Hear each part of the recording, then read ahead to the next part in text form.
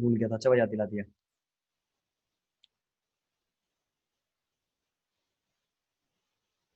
देखो आज जो हम यहाँ बात करने जा रहे हैं ये हाईली मार्केटिंग वाली बात है। अब तक जो मैंने बताया वो क्या था, प्रॉपर आर्टिस्टिक बात थी। अब जो मैं बताने जा रहा हूँ वो सर्वाइवल की बात है।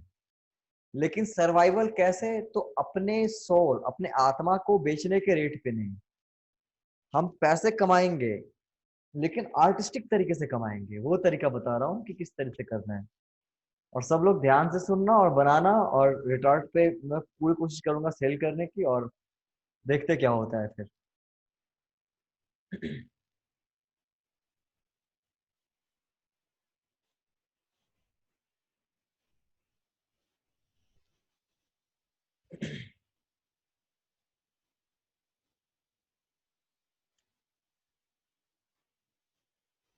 ये जो साइट्स मैंने बताए थे जिसमें फ्री की मतलब फ्री के ये मिलते हैं सारे फोटोज हैं जिससे आप आर्टवर्क्स बना सकते हो।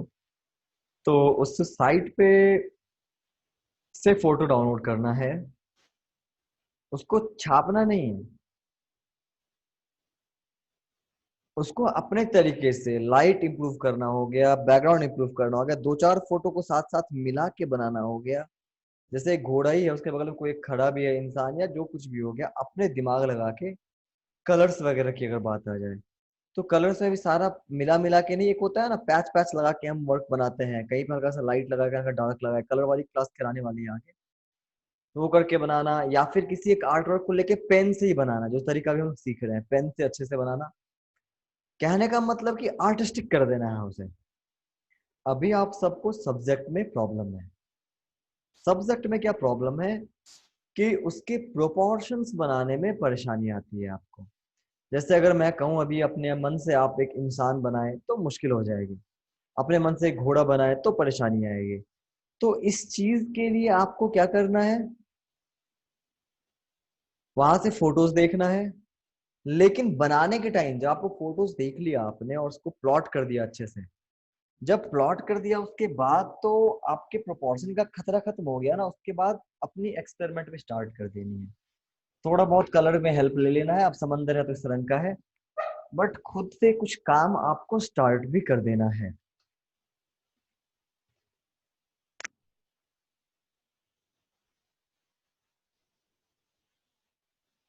इस तरह के काम दनादन दनादन बनाना है। ये काम बनाना आसान है, ये आसान लग रहा है बनाना, अब तरीका लग रहा है आसान।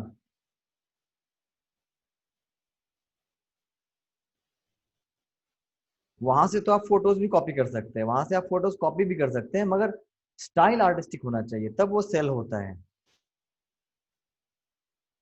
लेकिन फ्री साइट से फोटो कहीं से नहीं उठाना है, गूगल से कभी फोटो नहीं उठाना है, नहीं तो फिर पंगे में पड़ जाएंगे आप। रिटार्ट भी आप भी, जो फोटो होगा वो उन्हीं साइट से होगा जो कंप्लीटली लिखा हुआ है कि आर्ट वर्क के लिए आपको फ्री कर दिया, उसमें लिखा हुआ क्लियरली। वहां से आप फोटो उठाएं, उसके नीचे शटर स्टॉक वगैरह का प्रचार आता है, उस पे नहीं जाना है, ऐड वगैरह पे जो उस साइट का है उसी पे जाना है। सबसे नीचे आप देखिएगा तो दूसरे का ऐड आ रहा है फोटो वाले का, उसका अलग लाइसेंस होगा। आपको हमेशा चेक करना है कि आप जो डाउनलोड कर रहे हैं ये उसी वेबसाइट से कर रहे हैं या नहीं कर रहे हैं, दूसरे वेबसाइट से नहीं करना। जैसे आपको मैं दिखा दूं एक बार तो ये कंफ्यूजन नहीं होगी। ट्रेवल पेज तो है मगर इसको आप उसमें, वो ट्रेवल पेज तो है चलिए ठीक है, लेकिन वहां पे क्या है, लाइसेंस के बारे में कुछ बताया गया है कि आप इसका कमर्शियल यूज कर सकते हैं इस फोटो का, या फिर वो आप इस फोटो से आप आर्ट वर्क बना सकते हैं, ऐसा कुछ लिखा हुआ है, लिखित में है कुछ ऐसा।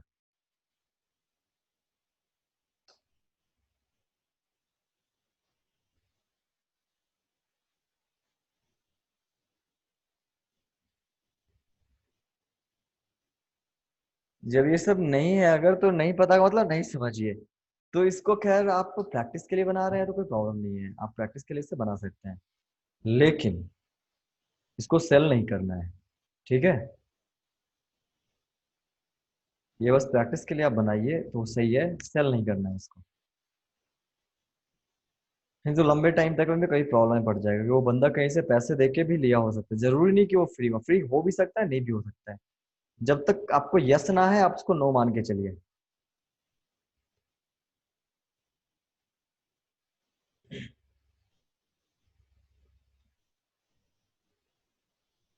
हाँ प्रैक्टिस के लिए चल सकता है, प्रैक्टिस के लिए कोई भी चल सकता है। अगर आप स्टडी पर्पस के लिए कोई फोटो ले रहे हैं तो ऐसा कुछ पंगा नहीं होता है। आप उसको अपलोड भी कर रहे हैं, अगर आपको लग रहा है ऐसा कि कहीं पंगा होगा तो उसमें लिख दीजिए कि non commercial purpose, for learning purpose लिख दीजिए, या फिर नॉन कमर्शियल पर्पस। तो उसके बाद बंदा देख भी लेगा तो आप कुछ कह नहीं सकता, वो कहेगा भी, ज्यादा बोलेगा कि यार क्रेडिट दे दो मुझे, उसके आगे कुछ नहीं कर सकता वो, मतलब क्योंकि कोई केस ही नहीं बनता उसके बाद फिर आपका। सबसे गंदा केस होता है ना प्रमोशन या कमर्शियल, ये दो चीज नहीं होना चाहिए। ये दो चीज बिना लिखित परमिशन के अगर हो गया तो सबसे गंदा केस बनता है इन दोनों में, क्योंकि ये दोनों काम हाईली बिजनेस कहलाता है ना ये, प्रॉफिट है, प्रॉपर हाईली प्रॉफिट वाला वर्क है ये। जैसे अब यहाँ है एक्सप्लोर लाइसेंस, ठीक है, पेक्सल्स में भी फ्री फोटो मिलता है मिलते हैं इस पे इस पे नहीं है आराम से, इस पे नहीं दिया हुआ इस तरह से कुछ भी, इस पे आपको नहीं दे रहा है ऐड, लेकिन उस पे देगा, अनस्प्लैश पे शायद ऐड देता है।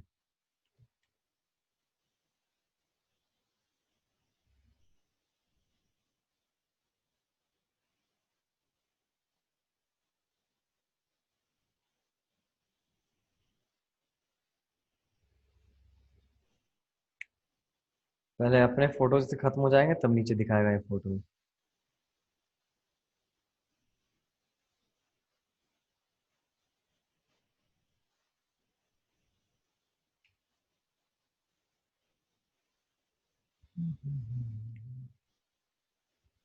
मेरे को भी ऐड देता है नीचे, अभी मैं देख रहा हूँ, ढूंढ रहा हूँ, नीचे आते आते ना।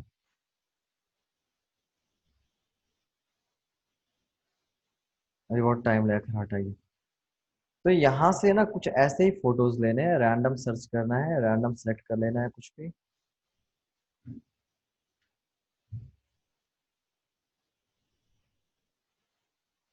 यहीं से लैंडस्केप किया सर्च हमने। देखिए सेलिंग का एक ही पर्पस है, जब आप कुछ बना रहे हैं अगर आप, तो आपको दिमाग में ये लगाना है, इन सब फोटोज को देखने के समय ध्यान देना है कि कोई एक इंसान कौन सा फोटो अपने वॉल पे लगाना चाहेगा। अब वॉल पे कौन सा फोटो लगाना चाहेगा उसमें बहुत से फैक्टर हैं। ये ध्यान से सब कोई सुनेगा, क्योंकि ये वाली क्लास बहुत इंपॉर्टेंट इस मतलब से है कि आपको बनाना आ भी जाए, क्या बिकेगा ये नहीं पता है तो सब बर्बाद है। आज हम ये देखने वाले हैं कि मार्केट में बिकता क्या है। सबसे इम्पोर्टेंट, स्किल तो अपनी जगह है, आप कितना अच्छा बनाते हैं ये तो चाहिए ही चाहिए। उसके अलावा भी अब ऐसा नहीं कि आपको जिसको जरूरत नहीं आप वो बना के दे दो तो कोई क्यों खरीदेगा। तो यहाँ क्या होता है, आपकी पिक्चर की क्वालिटी सुंदरता के साथ साथ आपको देखना होगा कंटेक्स्ट क्या है।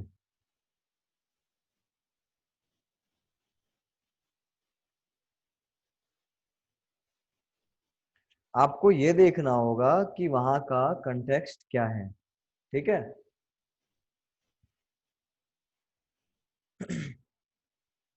और अब जैसे एग्जांपल बताते हैं, अब एक कपल है, एक लविंग कपल है, कपल बिकेगा, रोमांस, वो उस तरह की चीजें, एक बहुत बड़े तबके की वो चीजें हैं, जितने यूथ हैं जो युवा हैं, है ना, वो उन सारों के बीच बहुत ज्यादा अच्छे से वो फैलेगा, तो हम वो रोमांटिक बना सकते हैं। अब दीवार पे अगर कोई अगर मंदिर मंदिर अच्छी सी है वो लोगो लगाते हैं हमारे यहाँ, हमारे ऑडियंस कैसे हैं इसका भी ध्यान देना पड़ेगा। नॉर्मली किस तरीके से अच्छे अच्छे लैंडस्केप वगैरह भी मिलते हैं, अच्छी फिगरेटिव मिलती है, अच्छी अच्छी बॉडी उस तरह की बनी हुई, और कुछ यूनिक सा कोई बंदा आएगा, 10 के भीड़ में कोई एक को अगर वो चूज करेगा तो वो चीज यूनिक भी होना चाहिए।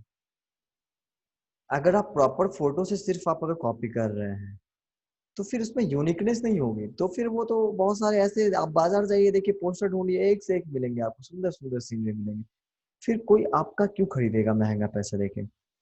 आपकी स्टाइल पे भी आप काम कर सकते हैं, स्टाइल अगर बहुत अच्छी हो गई, बहुत यूनिक टाइप की बहुत अच्छी तरीके से आपने अगर बनाई, जैसे अभी हम एक देखेंगे, एक इंडिया आर्ट भी है एक, यहाँ पे भी आप जाके देख सकते हो।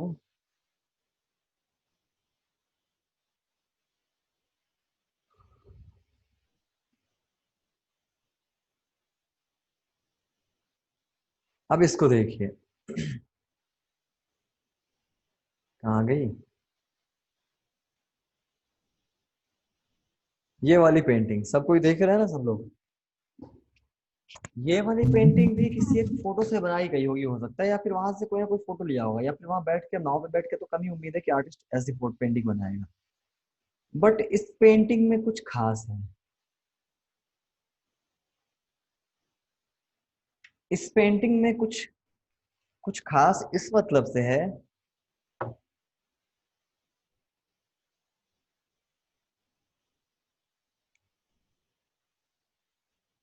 कि ये नॉर्मल फोटो से हटके अपने तरीके से कलर्स का यूज किया गया, एक अलग सी फीलिंग आ रही है इस पेंटिंग को देख के। जैसे पता नहीं सोना या कुछ ऐसे गिरा हो, उससे सराबोर सा हो ये पेंटिंग। सराबोर सी है ना। और अब कैसे होता है इसमें, इसके नाम है Banaras ghats print on 12 colours on canvas.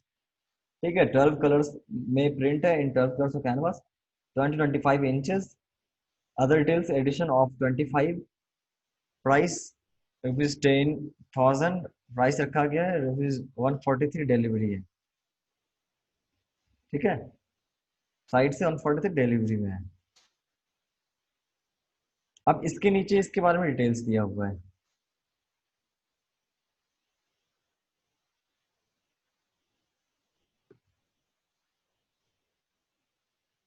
ये प्रिंट है सर, लिमिटेड एडिशन प्रिंट, ये प्रिंट बिक रही है इतने इतने में।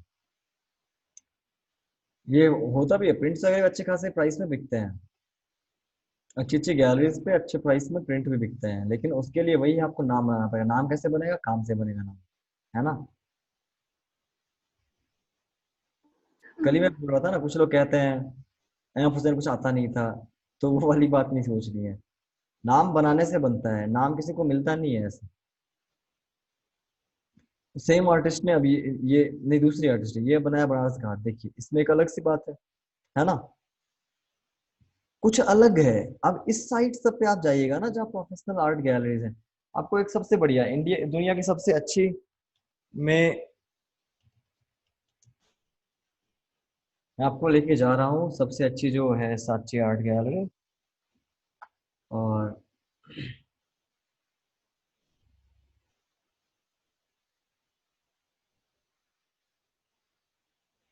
हाँ, क्रेडिट डालने से अच्छी बात होती है, वो बंदा ना पहले ही आपकी तरफ से वो एनिमिटी नहीं रहेगी, वो खुश रहेगा कि चलो यार क्रेडिट तो दिया इसने मुझे।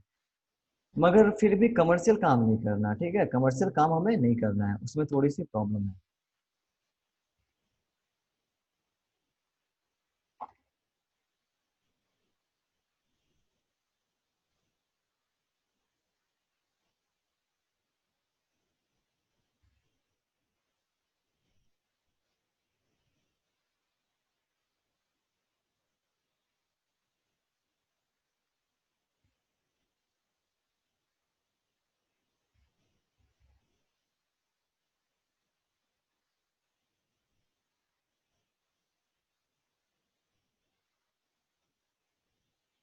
अब 2020 बेस्ट सेलर्स, अब देखिए बेस्ट सेलर कौन कौन सा है, कलेक्टर्स फेवरेट।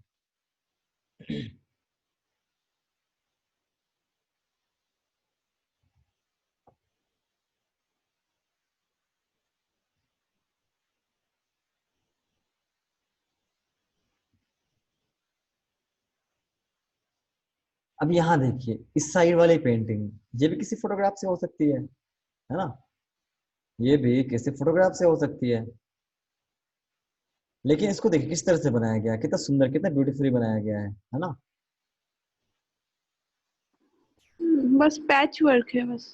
बस, लेकिन सब सही जगह पे, एक अलग सी फीलिंग, एक जगह, मतलब कि एक आर्टिस्टिक वे में बहुत अच्छे से रेंडर किया गया। बॉडी वॉडी का सारा ये सही है। पैर देखो बड़ा दिख रहा है, बिकॉज ऑफ पर्सपेक्टिव, हमारे पास है ना नीचे का पैर। हम्म। ऊपर का पोर्शन थोड़ा दूर चले गए, छोटा दिख रहा है, मतलब बाकी सारी चीजें सही है। पर आप कैसे बना रहे हैं दिमाग लगा के, ये इस पे डिपेंड करता है। तो ऐसे कुछ रेवोल्यूशन लाना है, मतलब अपने तरीके से कोशिश करना है कि उसे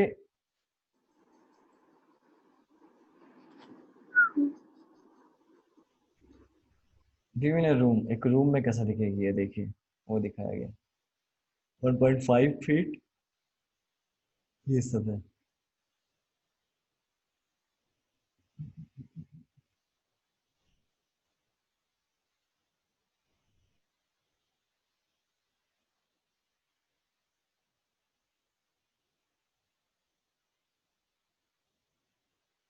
अच्छा अच्छा, वो अपने रूम में आप कैसे दिखेगा?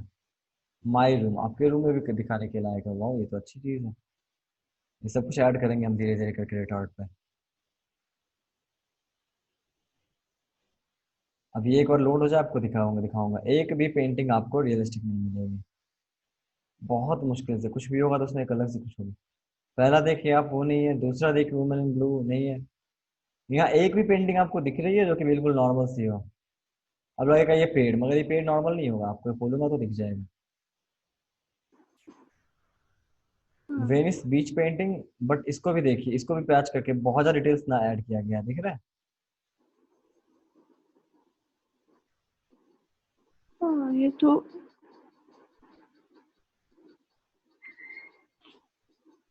फोटोग्राफ जैसा लग रहा है ये तो। नहीं नहीं, फोटोग्राफ जैसा नहीं, आप गौर से तुम देखो तो यहाँ पे सारे स्ट्रोक्स वगैरह हैं, और हाँ, बैकग्राउंड में भी। फिर वो गौर से एक सडन देखने पे लग रहा है कि वो कोई फोटोग्राफ। हाँ, लेकिन फिर देखने के बाद उसके पैच पैच वर्क है, यही तो उसकी ब्यूटी है ये। उसके उसके वाले काम हो गया ना, ये क्या नाम था उसका? Sergeant, John singer sergeant.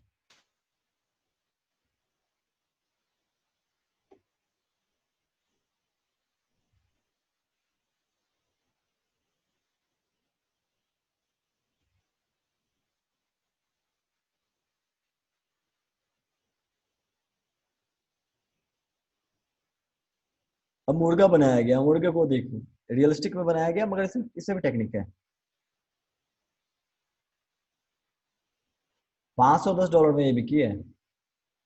यानी अभी के रेट में $100 बोले तो 7,000, कम से कम 7,500 है। यानी करीब 37-38 हजार में बिकी है, और ये कितनी है? 10 बाई 14 इंच की है मात्र ये। हाँ।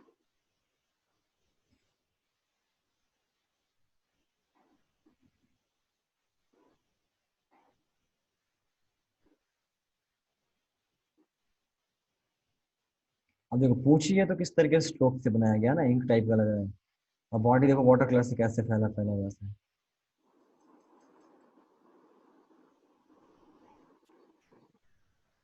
है ना?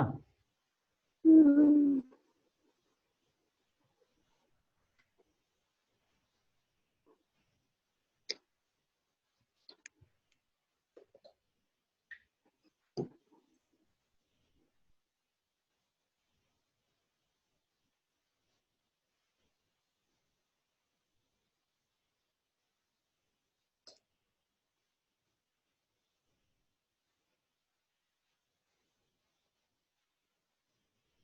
हर चीज को अपने तरीके से थोड़ा थोड़ा सा ये करके बनाया गया है।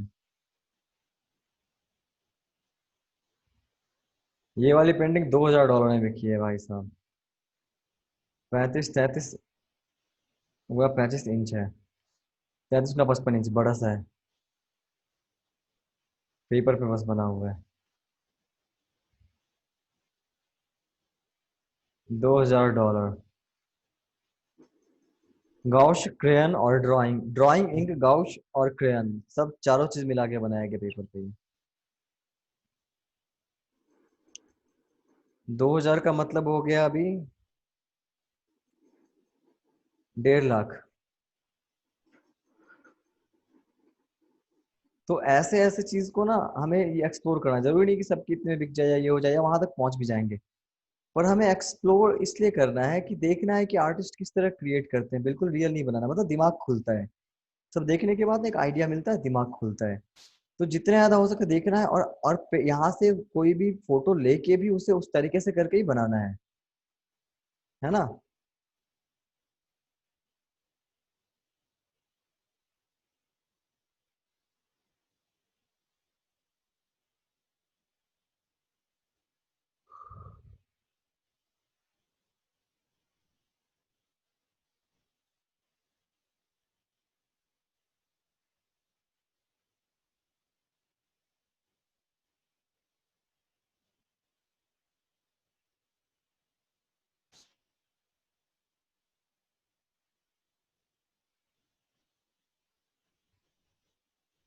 ये सारे ही हैं, इससे आइडिया भी लेना है कुछ, चूज करना है किस तरह के वर्क्स बनाना है, किस तरह के वर्क्स नहीं बनाना है।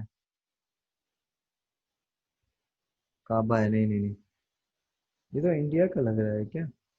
नहीं नहीं नहीं, कहीं और कुछ बना हुआ है, एलेक्स गोल्ड। समझ आ गया, आप लोगों का भी इस पे काम करना है, कुछ बनाइए और अच्छे से कलेक्शन प्रिपेयर कीजिए। तो सारे तो नहीं लिया जाएगा, मगर जो अच्छा रहेगा वो हम रिटार्ट पे फिर सेल करने की कोशिश करेंगे। अब यहीं से आपका रियल जर्नी शुरू हो रही है, रियल आर्टिस्ट की जर्नी शुरू हो रही है, कि एक रियल आर्टिस्ट कैसे करके हर चीज को अपनी मतलब सेलिंग पीस की तरह वो बनाते हैं, कैसे वो सेलिंग पीस बनाना चाहते हैं इस तरह का। क्रिएशन यहाँ से शुरू हो रहा है। एक चीज यहाँ प्रॉब्लम है ज्योति जी, आप थोड़ा सा बिल्कुल फोटो पे मत भरोसा कीजिए। आप खुद से भी समझिए, आप ये समझिए कि सामने का पानी जब इतना ज्यादा ग्रीनिश है, पीछे का पानी फिर इतना ज्यादा ब्लूइश नहीं होगा। मतलब अचानक से शिफ्ट नहीं हुआ कलर का, थोड़ा बहुत कलर का शिफ्ट होता है सामने और पीछे से। जो कि ब्लू ब्लू पानी के नीचे येलो येलो सैंड है तो थोड़ा ग्रीनिश हो जाता है सामने का, लेकिन पीछे अचानक से बहुत। और दूसरी बात क्या, वो क्यों इतना लग रहा है, वो पीछे वाला इतना ज्यादा इसलिए ऐसा लग रहा है, पीछे की का जो बाउंड्री आप गौर से देखिए, बिल्कुल दूर पानी बिल्कुल एक लाइन से नजर आ रही है। आपको बहुत पास लगेगा पानी उभर के, बार बार नजर जो पानी जहाँ खत्म हो रही है और जहाँ आकाश शुरू हो रहा है, वो बहुत बार बार लगता है सामने आ जा रहा है। वो सामने आ रहा है, यानी कि पीछे दूर नहीं पुश हो पा रहा है वो। जहां तक आपकी लहरें शुरू हुई है वहां तक तो अच्छे से आपने पुश कर दिया है, ऐसे गया है, उसके बाद वो फ्लैट हो गया है वो बिल्कुल, है ना। प्रॉब्लम है पर्सपेक्टिव की। पर्सपेक्टिव की प्रॉब्लम क्या है कि दूर जाती हुई चीजें,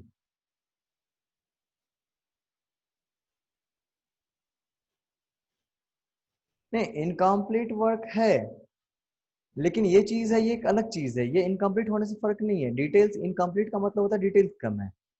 पर यहाँ एक बेसिक कॉन्सेप्चुअल प्रॉब्लम है जो कि आगे भी शायद ऐसे ही रह जाता।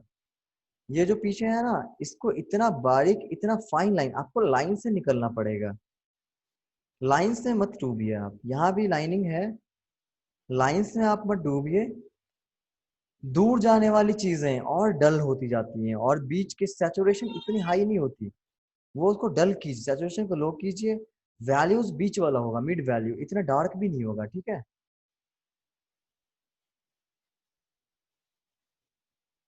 और उसको फेड करवा देना, उसको मिला देना धीरे धीरे आकाश में। पता नहीं चलता है दूर जाने के बाद ना दोनों कहाँ मिल रहे होता है, पता नहीं चलता, बहुत बहुत बारीक सा होता है, बहुत अच्छे से फेड होता है दोनों दूसरे में। मतलब कलर डिफरेंस भी कम रहेगा। हाँ, वहाँ कॉन्ट्रास्ट बढ़ गया ना, कॉन्ट्रास्ट दूर के साथ साथ कम हो जाता है। आप अगर एक जंगल में जाते हो तो सामने वाले पेड़ पे आपको डार्क भी अच्छे से दिखेगा और लाइट भी अच्छे से दिखेगा। बहुत दूर कहीं आप अगर जा रहे हैं, जर्नी कर रहे होंगे, होता है ना, रोड से हम गुजर रहे होते हैं, दूर में खेत के बाद दूर एक पेड़ लगे होते हैं, बहुत छोटे छोटे दिखते हैं। आप वहां देखना, आपको लाइट और शैडो मिलेगा ही नहीं, सब बीच एक कलर में रंगे पेड़ लगेंगे। कॉन्ट्रास्ट डाउन हो जाता है, जितना दूर जाएगा कॉन्ट्रास्ट डाउन हो जाएगा, जितना पास होगा कॉन्ट्रास्ट हाई हो जाएगा। तो वहां पे सैचुरेशन भी ज्यादा है, कॉन्ट्रास्ट भी वहां ज्यादा है। कॉन्ट्रास्ट होने की वजह से वो सामने पॉप कर रहा है, वो ना कॉन्ट्रास्ट की वजह से वो फोकस पॉइंट बन जा रहा है। और दूसरा कि वो फेड हो जाएगा दूर जाने के बाद ना, हवा इतना जाता है बीच ना, कि हवा की वजह से वो हल्का हल्का हल्का हल्का गायब सा होने लगता है। तो बिल्कुल जाके वो फाइन होके फेड होके वहां मिल जाएगा। लाइंस प्रॉपर नहीं होंगे, ना ही चट्टान इसके बीच प्रॉपर लाइन। अभी क्या लग रहा है ना, कि इस एक पट्टी को अलग रखा गया, चट्टान को अलग रखा गया, और नीचे एक आकाश है उसको ढक दिया गया इन दोनों पट्टियों से। तो ऐसा नहीं होता है, उसको आप जितना ब्लॉकी और फिनिश करना चाह रही हैं वैसा नहीं होगा, इसमें आप लूज कीजिए खुद को। अगर थोड़ा सा पानी मिक्स हो जाए इसमें, इसमें चट्टान में, तो कोई बात नहीं है, बिल्कुल स्केल से नहीं बनाना है इसमें, ठीक है। लूज हैंड से एक नॉर्मल तरीके से बनाना है। स्केल से, यहाँ आप स्केल से बनाइए क्या इससे?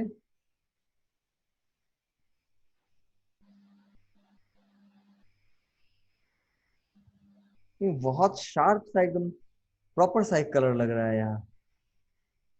फ्री हैंड, हाँ उतना ज्यादा नहीं। फिनिशिंग का मतलब वो नहीं होता है, ये डल हो जाता है। दुनिया में कोई भी चीज इतनी फाइन, इतनी फिनिश्ड होती भी नहीं है कभी भी। ये कॉइंसिडेंस, एक्सीडेंटल, जितने एक्सीडेंटल आप करेंगे ना उतना ज्यादा वो नेचुरल लगेगा। एक जो पैटर्न होता है पर्सपेक्टिव से फॉलो करते हुए जितना एक्सीडेंटल आप कर सको उतना नेचुरल लगेगा। तो इससे निकल लाइन से निकलना है, लाइन में नहीं बंधना है, ब्लॉक ही नहीं बंधना है, थोड़ा मिस्टेक भी करना है, प्रॉपर लाइन ना करके हल्का हल्का हल्का मिक्स करना है, मिस्टेक भी करना है, ठीक है।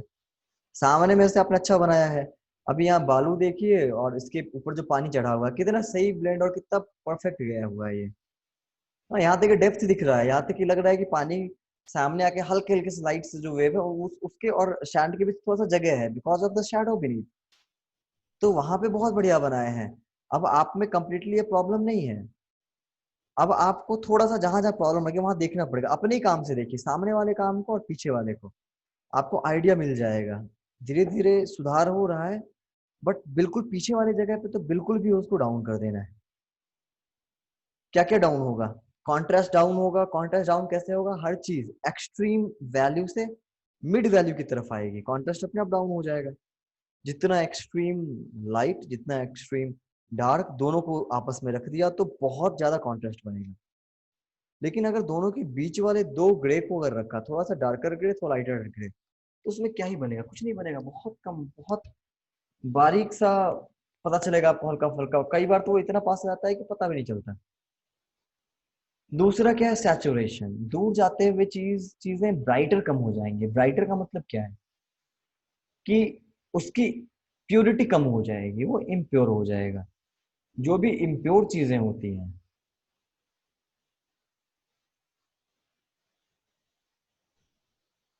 जो भी इम्प्योर चीजें होती हैं वो ग्रेश होती हैं, ग्रे जैसी होती हैं।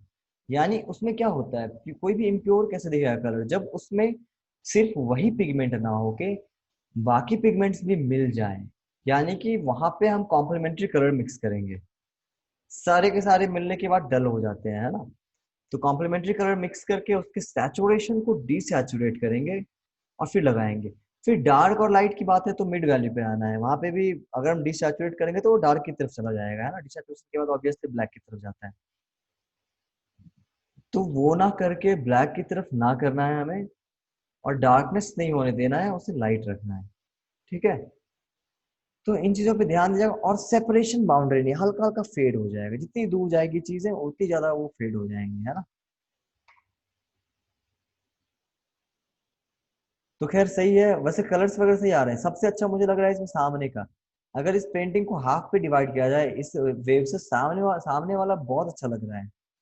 पीछे वाले पे काम करना पड़ेगा।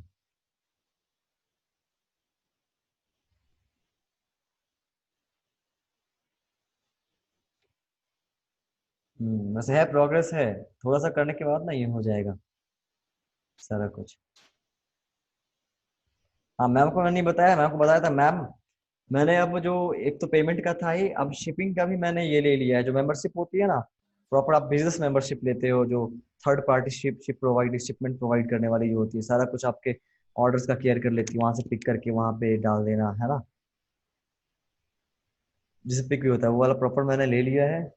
अब बहुत कुछ प्लान है। अब सोच रहा हूँ कि आर्ट मटेरियल्स भी जिस एरियाज में नहीं मिल रहे हैं वहां पे सोच रहा हूँ कि वहां पे की जाए शिपिंग। और शिपिंग करने वाले बहुत महंगा आर्ट मटेरियल का शिप करते हैं ऑनलाइन। तो वो जहां तक हो सके लो रखना है, और हर जगह हर तरह के सामान पहुंचाने की कोशिश है।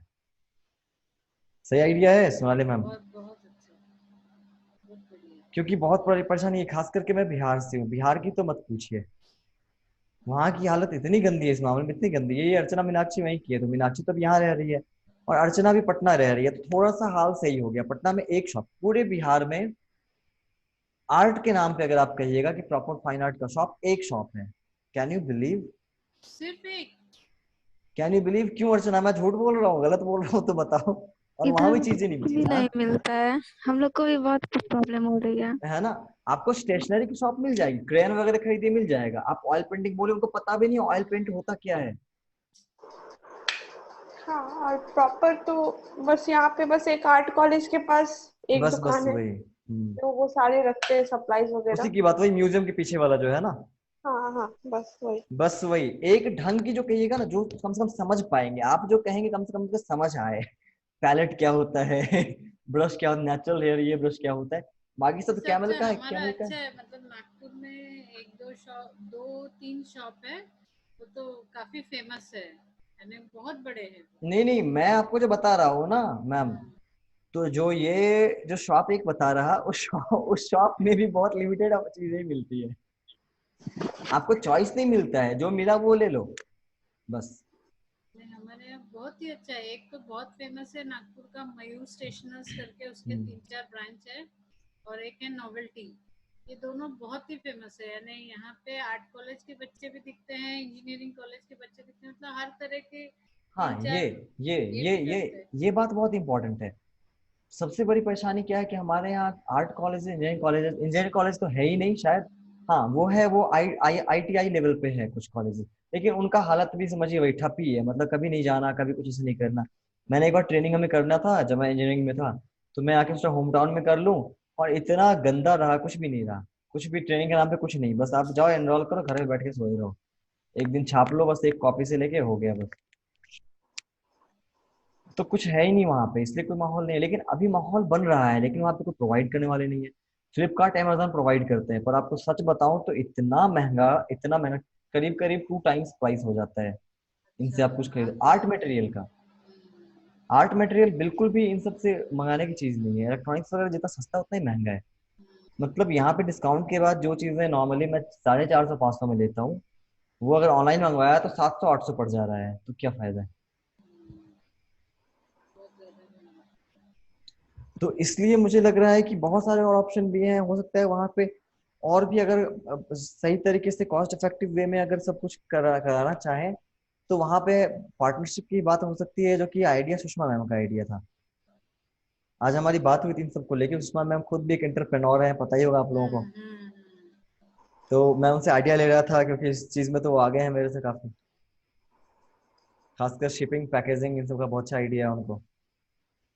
तो वही उन्होंने बताया कि ये अच्छा एक आइडिया है कि वहाँ के किसी, जो वहाँ स्टेशनरी शॉप है किसी के साथ आप टैग टीम कर लो, तो क्या होगा, बल्क में आप वहाँ पे भेज दो और वहीं से अपना स्टूडेंट्स ले रहे हैं और कर रहे हैं। तो ये थोड़ा डिमांड क्रिएट होने के बाद कर सकते हैं, वरना जो बंदा लेगा वो अपना दुकान भरने के लिए तो लेगा नहीं।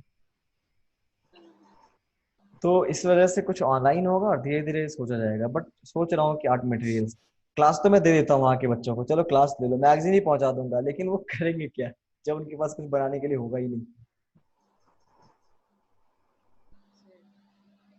तो यही सारी प्लानिंग्स हैं अभी हमारी, बहुत सारी। अब आज चलिए, अब ये सब हो गया, अब धीरे धीरे पेंटिंग सेल भी करना है ऑनलाइन, अब खुद की पेंटिंग्स भी सेल करना शुरू करेंगे अब धीरे धीरे। मैगजीन वगैरह भी अब शिपिंग का कोई पंगा नहीं है, शिपिंग वगैरह हो सकता है। मैंने उस दिन के बाद फिर किया नहीं, उसका पेमेंट अभी मैं करूंगी। हाँ, अब तो अब आप जाएंगे ना, अगर उस पेज हाँ। पे डायरेक्टली आप वेबसाइट पे जाएंगे ना, तो मैगजीन वाले पेज पे ही आपका वो डोनेशन कहा जाएगा। आपने देखा है जो मैंने डिजाइन किया है वो बैग टाइप का, आपने शायद नहीं देखा है ना। नहीं, अभी दोबारा मैं देखी नहीं उसके बाद। नहीं, यहाँ पे मैं सबको दिखाया था, आपको मैं 1 मिनट के बस दिखा देता हूँ कि किस तरह का वहाँ पे खुद से कस्टमाइज सारे बटन्स वगैरह खुद से कस्टमाइज करके डाल रहा हूँ इलस्ट्रेटर पे, सारे को डिजाइन करके। जब डिजाइनिंग आ रही है तो उसका कुछ फायदा उठाना चाहिए, है ना।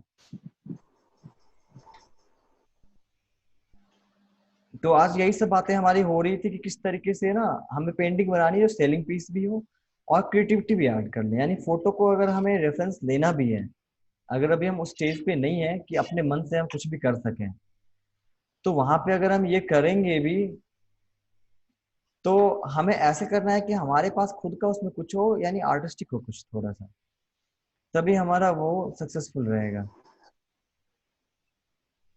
ये देखिए, ये वाला बटन रहेगा वहां।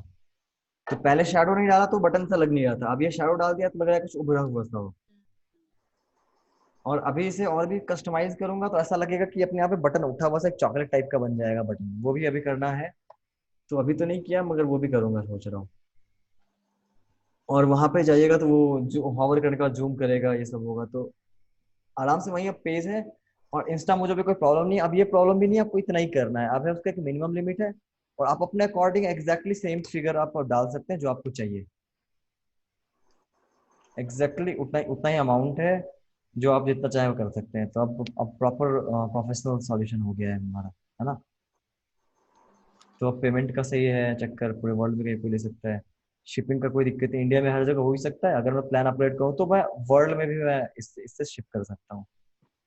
और direct door to door pick है, अगर यहाँ पे कोई भी अगर आर्टिस्ट है, यहाँ आपके पापा के भी कुछ वर्क्स जो है ना, वो भी हम दिखा सकते हैं। यहाँ पे ये भी नहीं है डॉट डॉट पिक है, सिर्फ आपको थोड़ा सा पैक करना पड़ेगा, और उसके बाद फिर वहां से वो आराम से जाके पिक करेगा और जाके पहुंचा देगा जहाँ पे पहुंचाना है, जहाँ ऑर्डर होगा। सही।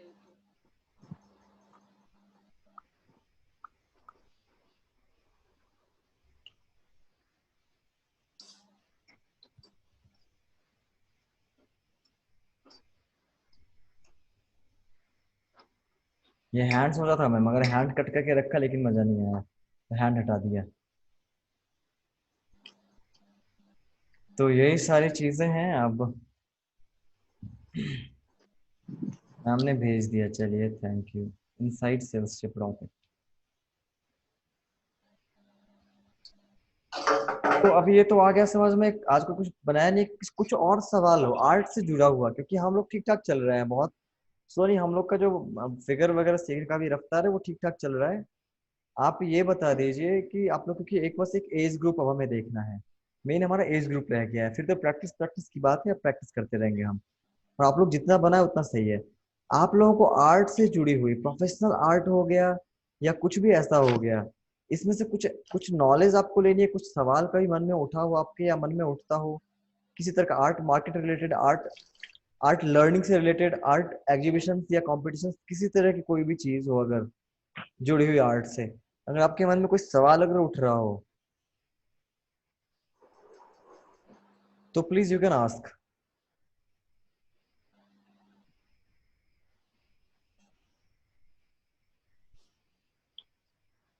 वो हम लोगों ने अभी तो आर्ट हिस्ट्री नहीं पढ़ी है या आर्ट रिवॉल्यूशन, तो बस वो थोड़ा थोड़ा बीच में कभी कभी पढ़ा, ऐसे प्रॉपर नहीं पढ़ा। वो मेरा कंसेप्ट बिल्कुल क्लियर नहीं है। वो सब एडवांस्ड में था, जैसे अभी हम लोग ना इंटरमीडिएट में चल रहे हैं। अब जैसे ही हमारा ये खत्म होगा पर्सपेक्टिव और ये सब हो गया, क्योंकि वो ना बीच में इसलिए इंक्लूड नहीं किया ना कि कई लोगों को उतना डेप्थ में नहीं जाना होता, तो वो एडवांस में रखना इसीलिए बेहतर समझा है। समझा रहा है? हाँ। तो ये एडवांस लेवल में हम इन सबको रखे हैं। अब जैसे हमारा एक कलर वगैरह पे ऊपर काम करना भी होगा अभी हमारा, इसके बाद कलर वगैरह स्टार्ट कर, एक पर्सपेक्टिव में परेशानी थी, पर्सपेक्टिव एक महीना देख के फिर कलर वगैरह पे काम करेंगे। कलर पे काम करेंगे तो समझिए कि आपका मतलब हो गया, ये इंटरमीडिएट तक का काम खत्म हो गया है। अब इससे ज्यादा एक नॉर्मल जो आप आर्ट करते हो उसमें नॉर्मली नहीं होता है। अब जो होता है वो होता है स्टाइल का इंटरप्रिटेशन। अब तक जितना हमने सीखा उसे कैसे आर्टिस्ट ने कहाँ यूज किया है। अब आर्ट हिस्ट्री जानने में क्या दिक्कत है ना, कोई कोई आर्टिस्ट पर्सपेक्टिव का अलग सा यूज किया, अब मैं पर्सपेक्टिव बोलता समझ में नहीं आता। समझ आ रहा है? हाँ। वहां में कहता टोनल डिफरेंस वैल्यू कहता, कंपोजिशन कहता, तो बिल्कुल सब नया नया दिखता। तो वहां पे फायदा कुछ होता नहीं, क्लास तो मैं करवाया था, फायदा नहीं होता।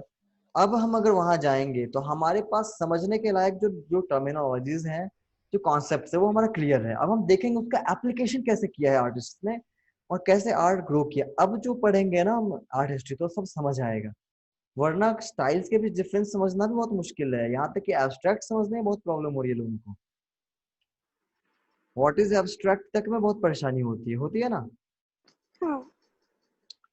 तो यही चीजें मॉडर्न आर्ट में परेशानी है, मॉडर्न आर्ट कंटेम्प्रेरी को लोग मिक्स कर दे रहे हैं, कंटेम्प्रेरी नहीं समझ मॉडर्न नहीं समझ पा रहे, और कैसे क्या हो रहा है उतने डेप्थ में नहीं जा पा रहे हैं। अब हम लोग जा सकते हैं, तो ये इसके बाद शुरू होगा। ठीक है? तो इससे अब हेल्प मिलेगा। अब वहां देख देख के खुद भी उसके तरह बनाना होगा, आर्टिस्ट की तरह हम लोग प्रैक्टिस करेंगे, और साथ के साथ हम उन चीजों को लगाएंगे, देखेंगे आर्टिस्ट कैसे लगाते थे वो चीज। तो एक तरीके से हमारी एक स्टाइल बनने लगेगी, हमारा अपना खुद का दिमाग खुलेगा, हम एक्सप्लोर ज्यादा कर पाएंगे, और कहते हैं ना डर थोड़ा कम होगा, और हम एक्सपेरिमेंटल होगा, पूरा का पूरा एक्सपेरिमेंट करेंगे, सीखेंगे, फिर एक्सपेरिमेंट करेंगे, सीखेंगे, एक्सपेरिमेंट करेंगे। तो ऐसे, और दूसरा है कि नॉलेज बढ़ जाएगा। एक तो थ्योरेटिकल नॉलेज तो होती ही है, एक एज जनरल नॉलेज की तरह देखा जाए तो बहुत चीज जुड़ी हुई है आर्ट से। तो बेहतर हमें आर्ट समझ में आएगी, ग्रास्प हो जाएगा, वो एक तरह का रिसर्च हो गया, वो पीएचडी लेवल हो गया समझिए एक तरीके से, कि we are researching on an artist. अब जो सारे कॉन्सेप्ट्स हम देख रहे हैं वो काफी हद तक, अगर कंपोजिशन कंपोजिशन भी उसमें आ जाएगा, तो अभी ये काफी सारी चीजें हम देख रहे हैं पर्सपेक्टिव, वो सभी मास्टर्स लेवल का है। लेकिन उसके आगे एमफिल पीएचडी वगैरह में वही सब हो जाता है, कंपोजिशन और यही सब रिसर्च होता है। आर्ट हिस्ट्री पे ज्यादा रिसर्च, अभी इंट्रोडक्टरी हिस्ट्री होता है, कहाँ पे सबसे पुरानी पेंटिंग पाई गई, पुराने जमाने के लोग कैसे बनाया करते थे, मतलब नॉर्मल सी होती है जो कि एनसीईआरटी बुक में मिलता है। लेकिन उसके बाद रियल शुरू होता है स्टडी, हर एक कलर का यूज कैसे किया आर्टिस्ट ने, ऐसे ही क्यों यूज किया है ना। और कुछ सवाल है इस तरह का कुछ भी इसमें?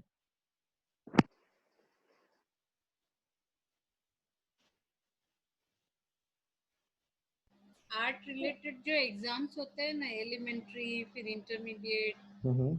वो सब तो मैंने कभी दिया नहीं है। अभी दे सकते हैं क्या, कि उसका कोई एज लिमिट रहता है? नहीं नहीं, एज लिमिट तो नहीं होता, ऐसा हर जगह नहीं होता, कुछ का होता है शायद, कुछ जगह एंट्रेंस का होता है। एंट्रेंस की बात कर रही हैं आप क्या? नहीं, एक हमारे यहाँ महाराष्ट्र में ऑलमोस्ट मैंने बहुतों को देखा है, वो पूछते हैं आर्ट कॉलेज में जाने के पहले भी कि हम्म। आपने एलिमेंट्री ड्राइंग और इंटरमीडिएट ड्राइंग पास किया है। अच्छा अच्छा, हाँ, एक और भी होता है, नाम मैं भूल रहा हूँ, 4 वर्ड का शॉर्ट फॉर्म में होता है। Art art art assessment examinations.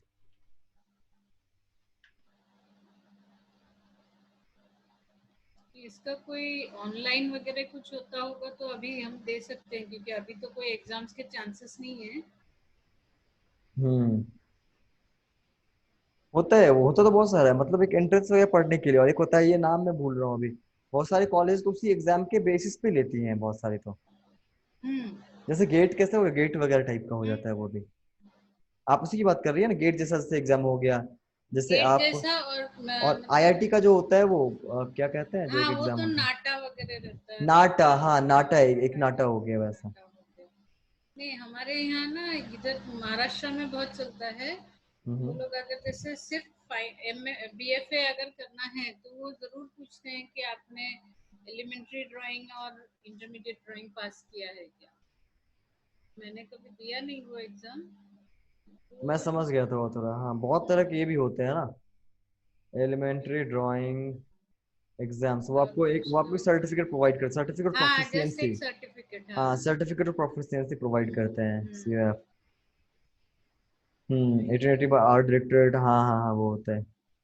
वो एक लेवल हो गया आपका, एक असेसमेंट का एक मैंने लेवल हो कभी, गया। हाँ मैंने कभी दिया नहीं, इसलिए मेरे को थोड़ा सा ऐसा था कि दे देती हूँ थोड़ा, अगर कोई एज लिमिट ना हो तो। कोशिश तो एज ये भी है ना कि अभी कोशिश ये भी रहेगी, अभी उसके लिए बहुत ज्यादा इन्वेस्टमेंट चाहिए, बहुत कुछ चाहिए, और दिखाने वाला पर एफिलिएशन लेने की कोशिश करूंगा मैं, कि लिमिट। डिप्लोमा इन आर्ट जिस तरह से वो करवाते हैं, उस तरह की एफिलिएशन एक ले लूँ यहाँ से, रिटार्ड के थ्रू भी एफिलिएशन मिल जाए, सर्टिफिकेट प्रोवाइड कर सके। सर्टिफिकेट तभी प्रोवाइड कर सकते हैं, registered company is all enough to provide on certificate. But वो हर जगह एक्रेडिटेड या कंप्लाइड नहीं होगी तो क्या फायदा है, फिर तो ठगने वाला काम हो गया। तो ऐसा हो कि कहीं और पे भी उसकी वैल्यू हो। बीएफए ऐसे करते एमएचआरडी के का ये लेना पड़ता है, गाइडलाइंस को फॉलो करना पड़ता है, तो उसका बीएफए तो बहुत काम है। बीएफए वगैरह तो ऑनलाइन नहीं होता शायद, कोई नहीं होता ऑनलाइन तो। करस्पॉन्डेंस हाँ, वो करस्पॉन्डेंस कोर्स करस्पॉन्डेंस भी नहीं नहीं है। है। नहीं है, नहीं, नहीं, वो आगे चल डायरेक्ट के उस तरह से ये तो किया जाएगा जो भी है। वो आगे चल के वो तो प्रॉपर वो भी बनाना पड़ेगा, ये सब प्लान है मेरा कि प्रॉपर इंस्टीट्यूट खड़ा किया जाए। फिलहाल के लिए जितने भी ऑनलाइन या इस तरह के हैं क्लासेस, इसका ये करवाया, और एक कॉम्पिटिटिव एक चाहता हूँ मैं प्रिपरेशन कराना फाइन आर्ट्स कॉलेजेस के लिए बच्चों को। हाँ भाई, नाटा, डिजाइन, फैशन का भी हो गया, फाउंडेशन फाइन आर्ट, इन सब के एग्जाम्स हैं ये, इसमें सब कुछ बताया हुआ है। तो हाँ, उस तरह की आर्ट्स हैं, उसमें मैं ना अच्छे से रिसर्च क्या बताऊंगा, रिसर्च करके, ठीक है, कि एज वेज क्या चक्कर है और क्या होगा, वो मैं पता कर लूंगा। ओके, प्रॉपर साइट ही पहुंचूंगा। कुछ मिनिस्ट्री के भी कुछ होते हैं, कुछ गवर्नमेंटल भी होंगे आई थिंक, कुछ होते हैं कि सेमी गवर्नमेंटल जो ये होते हैं, उसके भी होते हैं। तो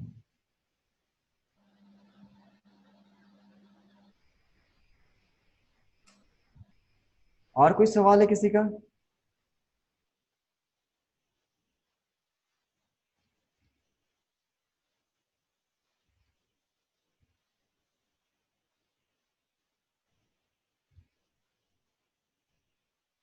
अच्छा, ये जो एग्जीबिशन वगैरह में पेंटिंग्स होती है कोई आर्टिस्ट की, या पटना में भी कोई बहुत सारे एग्जीबिशन देखे, तो वहाँ जो उन लोगों की पेंटिंग्स, उसमें अलग तरह का टेक्सचर वगैरह रहता था हम्म। किसी किसी पेंटिंग्स में। वो कलर, एक तो आता है कि वो टेक्सचर बना होता था वो कैनवस वगैरह पे, वैसा नहीं, वो हाँ, कलर से ही कोई कोई अलग से। टेक्सचर।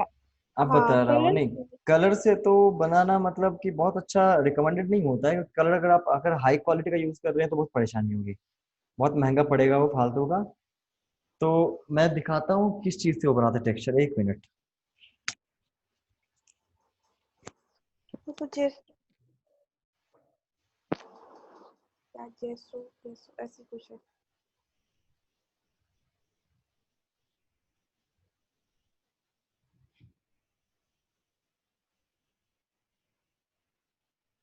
Texture white. हाँ कुछ बोल रही हो क्या मीनाक्षी? Texture white. हाँ देखो, इसको पता है लड़की को। तुम्हारे नहीं क्या वो कैनवस वाला टेक्सचर क्या के लिए बोले? नहीं बोला। हाँ वो कैनवस वाला टेक्सचर तो है ही, और वो कलर से भी वो कोई कोई टेक्सचर निकालते हैं मतलब। इम्पेस्टो, उसको इम्पेस्टो कहते हैं ड्राइंग। तो एक तो होता है आप पहले टेक्सचर बना दो, ऊपर से कलर लगा दो, लगता है वैसा भी कई बार इससे भी इल्यूजन पैदा किया जाता है कि ये इसके साथ मिला दिया और इसके ऊपर से लगाया टेक्सचर व्हाइट के ऊपर से, तो प्रॉपर वाला टेक्सचर आ गया। इसको यूज कैसे किया जाता है ये देखें। टेक्सचर व्हाइट को, हाँ, हाँ किसी भी चीज से इसको निकाल के लगाना है।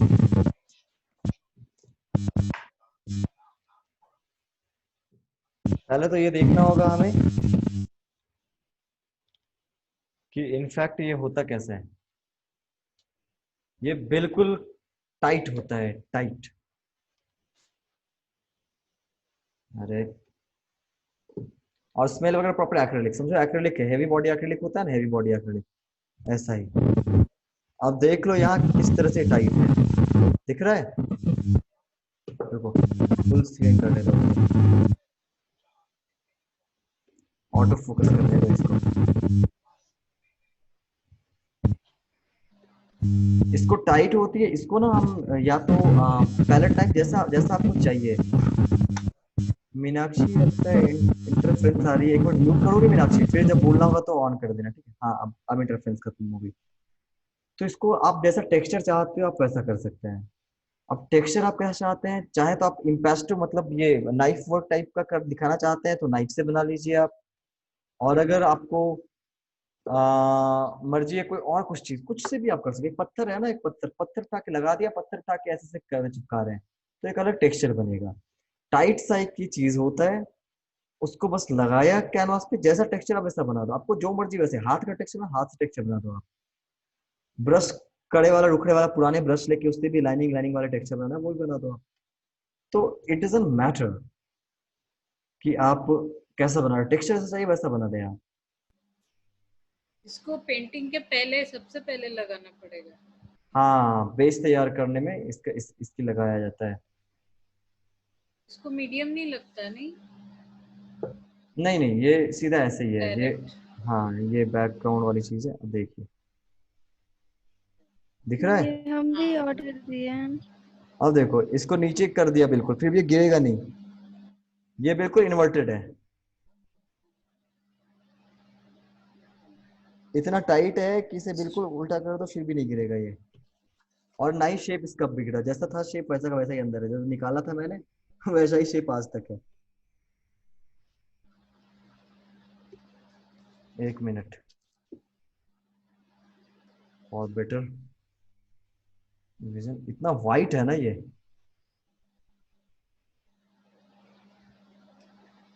दिख रहा है? हम्म।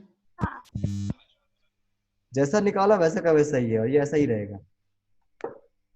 तो इसे टाइट को करके लगाओ और उसके बाद फिर आराम से हम यूज कर सकते हैं उसके ऊपर जो भी टेक्सचर, जैसे टेक्सचर बनाना वैसे बना दीजिए। एक इसका और चीज पूछना था, ये हम्म। इसी को क्यूरेटर बोलते हैं क्या? नहीं नहीं नहीं, क्यूरेटर तो बिल्कुल अलग चीज हो गई। क्यूरेटर वो लोग होते हैं जो आपकी पेंटिंग को क्यूरेट करते हैं, यानी कि आपकी पेंटिंग को लेके देख के जो आपकी पेंटिंग लायक है या नहीं लायक है किस चीज में लेने के लिए, एंट्री लेने के लिए जो सॉर्ट आउट करते हैं ना, उन्हें क्यूरेटर कहते हैं। जज से थोड़ा अलग होता है। जज होते हैं ओवरऑल क्वालिटी के लिए, वो एक इवेंट बेस्ड होते हैं, और क्यूरेटर होते हैं कि आप आगे सेल करना है या नहीं करना है उसके लिए आप क्यूरेट करते हो, एग्जीबिशन लगाने के लिए आप क्यूरेट करते हैं, है ना? वो काइंड ऑफ जज ही होते हैं, किससे फायदा है, कौन हमारे लायक है, दैट इज क्यूरेटिंग। यानी कि फर्क अभी भी समझ नहीं आया होगा, जज और क्यूरेटर में फर्क समझना थोड़ा मुश्किल है, अब इसको ऐसे समझते हैं। एक कंपटीशन हुई, हर तरह के आर्ट वर्क्स आए वहां पे, जज ने जजमेंट किया। जज ने जजमेंट किस बेसिस पे की कि कौन से आर्ट वर्क में बनाने के तरीके से, जो उसकी टेक्निक्स हैं और जो मैसेज हैं वो कितने अच्छे से कन्वे किया गया, उन्होंने जज कर दिया, उसे फर्स्ट कर दिया, टॉप कर दिया। लेकिन एक गैलरी है, वो 10th रैंक वाले को ले लेगी और फर्स्ट रैंक वाले को नहीं लेगी। क्यूरेटर को मतलब नहीं होता है आप कितना अच्छा बनाते हो, और क्यूरेटर आपको ये नहीं कहेगा आपकी पेंटिंग खराब है, जो अच्छा क्यूरेटर नहीं कहेगा। वहां बात होती है कि वो गैलरी किस तरह के वर्क सेल कर सकती है। तो क्यूरेट करना एक थीम या एक टारगेट के अकॉर्डिंग क्रिएट किया जाता है। मान लीजिए अगर मैं पोर्ट्रेट में काम करता हूँ, मेरी एक गैलरी सिर्फ पोर्ट्रेट है, आप कितने भी सुंदर और लैंडस्केप लेके आओगे, मैं बेच नहीं पाऊंगा उसे, है ना। आप समझिए। और अगर लैंडस्केप आपका अपने आप में लैंडस्केप उतना बढ़िया नहीं हो, घटिया भी, तो मैं ले लूंगा, हाँ भाई मैं बेच सकता हूँ, मेरी चीज है वो। कितनी भी अच्छा टॉनिक क्यों ना हो, आप स्टेशनरी की दुकान पे कभी नहीं मिलेगी आपको टॉनिक। तो ये फर्क होता है। क्यूरेटर सक्सेस एग्जीबिशन के लिए होता है क्योंकि एग्जीबिशन थीम बेस्ड होता है, गैलरी बेस्ड होता है, आप कैसे आप सेल कर सकते हो, है ना। गैलरीज में अगर लिया जाता है आर्टिस्ट को तो क्यूरेट किया जाता है, कौन सी पेंटिंग आएगी, दैट इज क्यूरेटेड पेंटिंग, है ना। और जज हो गया सिंपल, कि जज कर दिया कौन पेंटिंग अच्छी है ओवरऑल क्वालिटी में, कौन नहीं है अच्छी क्वालिटी में।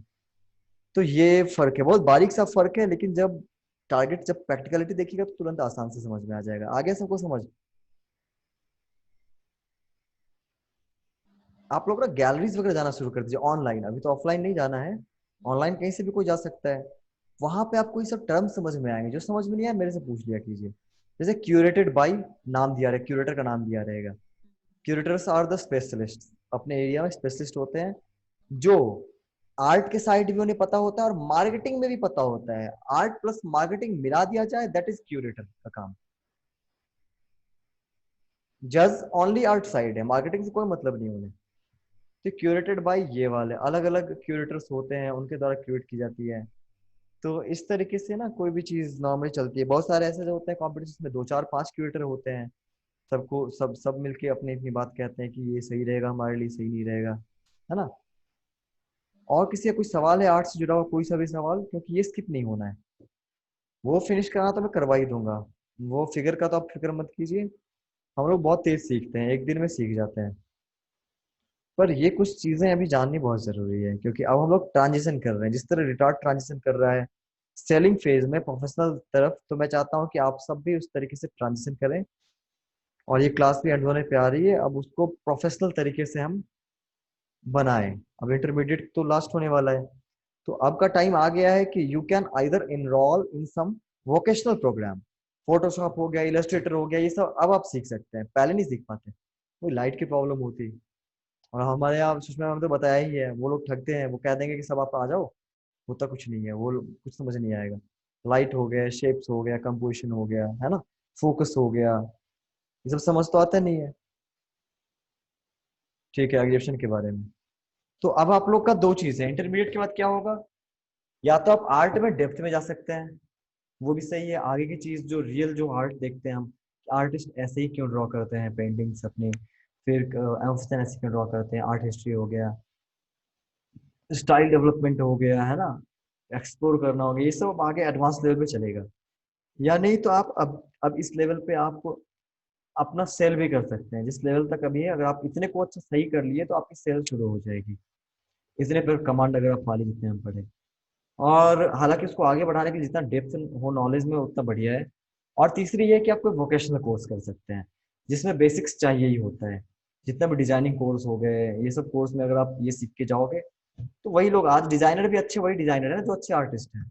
सिर्फ डिजाइनिंग करके कुछ ऐसे कोई चीज होती ही नहीं है, सिर्फ डिजाइनिंग मशीन चलाना सिर्फ हो गया, है ना। आपके पास बहुत सुंदर एक मूर्ति बनाने की मशीन दे दी जाए, जिससे लेथ मशीन होता है एक लोहे का, सब कुछ छील सकते हैं तुरंत, मिनट भर में मोटे मोटे वो स्टील छिल जाते हैं। मैंने काम किया उस पर। लेकिन आपको पता ही नहीं है कि शेप कौन सी बनानी है, तो आप उस मशीन में क्या करोगे। तो टेक्निकलिटीज हैं, सिर्फ फोटोशॉप इलस्ट्रेटर टेक्निकलिटीज है, बिना आर्ट के ज्ञान के आप कुछ नहीं कर पाओगे। बटन से याद रखने की चीज है नहीं, अब आप कर सकते हैं। ठीक है, तो ये चीज है, अब हमारा फिनिश हो रहा है। और अब एग्जीबिशन के बारे में क्या होता है, एग्जीबिशन क्या होता है। एग्जीबिशन बेसिकली गैलरीज का ही एक एक वास्ट सा एक मेले वाला रूप, फेयर वाला रूप हो गया। गैलरी क्या होता है? जो ऑफलाइन गैलरीज हैं वहां पे उनका एक स्टॉक होता है और कुछ कुछ चीजों को वो दिखाते रहते हैं। अब जरा समझते हैं, बेसिक से समझते हैं। एक गैलरी है, उसने बड़ा सा एक हॉल ले रखा है जिसकी कैपेसिटी है 50 पेंटिंग, ठीक है। 50 पेंटिंग आई उनकी, उन्होंने लगा दी। और भी पेंटिंग आए लगे, अच्छे अच्छे पेंटिंग, कुछ सेल भी हो रही है। करते करते 100 पेंटिंग्स हो गई। अब 100 पेंटिंग में 50 पेंटिंग वो लगाएंगे, 50 को स्टॉक में रखेंगे, ठीक है।